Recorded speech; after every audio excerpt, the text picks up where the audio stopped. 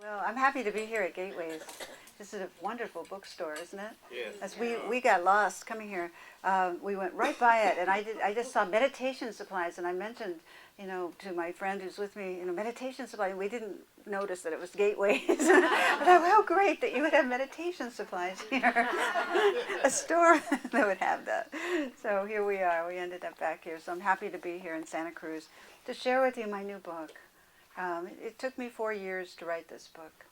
So you never know when it will come out, when you write. So I take a long time to write books. I don't just crank them out every year. It's my own practice to write.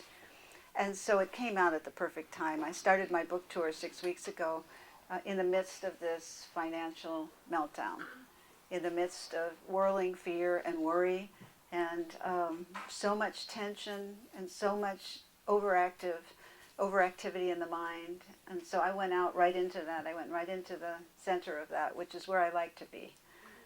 So it was the perfect time for this book to come out. It's called Emotional Freedom. And what is emotional freedom? It's the ability to be able to center yourself and not react every time your buttons are pushed. It's the ability to see every emotion that you go through as a path to spiritual awakening. And that when you wake up in the morning and you walk out the door, what you're given is exactly what you need in terms of the transformation. All right. And so in the book, I talk about 2 ways to view emotions. One is with the linear mind. And the linear mind often has a difficult time with emotions because it never wants to go through anything. It just wants, suffering to be over or difficulty to be over. But what I'm also presenting is the ability to intuit deeper meanings of things and to bring intuition into any experience that you go through in life. And intuition is the deep inner knowing within. And this isn't the linear mind. The linear mind is very young and very aggressive. You go after something, you make lists, you problem solve. But intuition is very receptive, and it's about listening and receiving information rather than going after anything. As the minute you start going after intuition, it will evaporate. Because it's not about that. It's about being a receptor.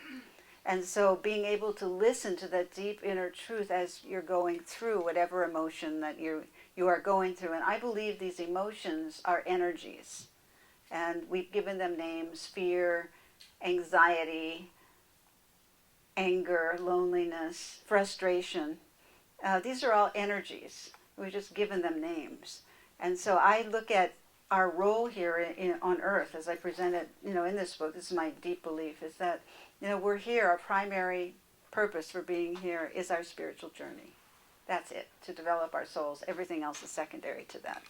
What kind of job you have, who you're in a romantic relationship with, whatever your externals. I mean, they're important too. But your primary purpose is your spiritual journey, and that you came here and you're going to leave here eventually. And what you take with you is what you've developed. All right. And it's the development of working with these energies here called emotions, which is a big part of being human. I know a number of spiritual disciplines don't deal with emotions, but I'm quite interested in them as a psychiatrist. And as a person who's passionate about freedom. I want to be free. I do not want to be clogged up with fear, anger, resentments in 20 years. I don't want to age that way. I want to be freer and lighter and clearer as time goes on. And so I'm passionate about clearing away darkness and fighting darkness in any form. Within, it starts within and also without, so that it doesn't possess you. I feel that is so important, and the commitment to do that. And you have an attraction to that, to do that, to really deal with the darkness within so you could transform it. And that's what emotional freedom is about, is working with these difficult emotions. And I pair them in the book. I have different chapters for different emotions, such as transforming fear with courage, transforming frustration with patience, transforming anger with compassion. So it's point counterpoint. In traditional psychiatry, I was basically taught to medicate emotions. That basically, because I went to UCLA for my psychiatric training, and I did my medical school at USC, which is a county hospital, and we were basically taught that depression and anxiety was caused by a biochemical imbalance that could be corrected with medication. And that was the primary approach. There was some psychotherapy, but never was spirituality spoken about. The spiritual impetus of all emotions. Now that is the main thrust of them from what I see. And it's the mind will look at emotions as drudgery or torture, some of the difficult ones. The intuition will look at it as an opportunity to find more light. You see, so you can't really deal with the events of your life simply with your mind. I believe in balancing. As a psychiatrist and an intuitive, I combine both the linear mind and intuition. But if you want to explore your emotional worlds and really get into it and explore what's in there, whatever is given to you, and each person is given so much in this lifetime to deal with, you're going to need your intuition to get the deeper meaning of what you're going through. And everything has a deeper meaning. Everything you ever go through. I have patients who come to me and say, I wish I could be here with something more spiritual than a panic attack. You know. To me, that is the essence of spirituality. That's the starting point, that's the honesty, that's how you start working with that energy. But not just with the mind, and not just from a biological standpoint. All right, there are many other ways to look at it, which I'm presenting here.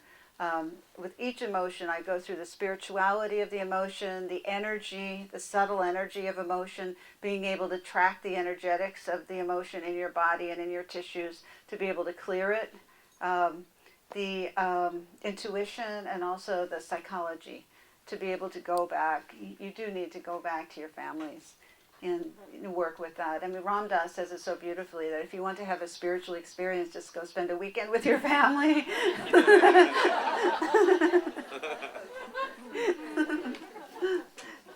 So I wrote Emotional Freedom for two main reasons, one of which is I worked in a traditional healthcare system that really doesn't have a deep grasp of emotions and doesn't use the word spiritual or intuitive and doesn't have a word to describe subtle energies because they don't believe in it. You know, it's not something that's part of their terminology. And these are huge omissions, because if you're dealing with a depression, if you're dealing with anxiety, if you're dealing with fear, you need to have all the strategies possible. And if you're not framing it from a spiritual, intuitive point of view, in my estimation, you're lost. I mean, because it will just overcome you, the tendency to do that.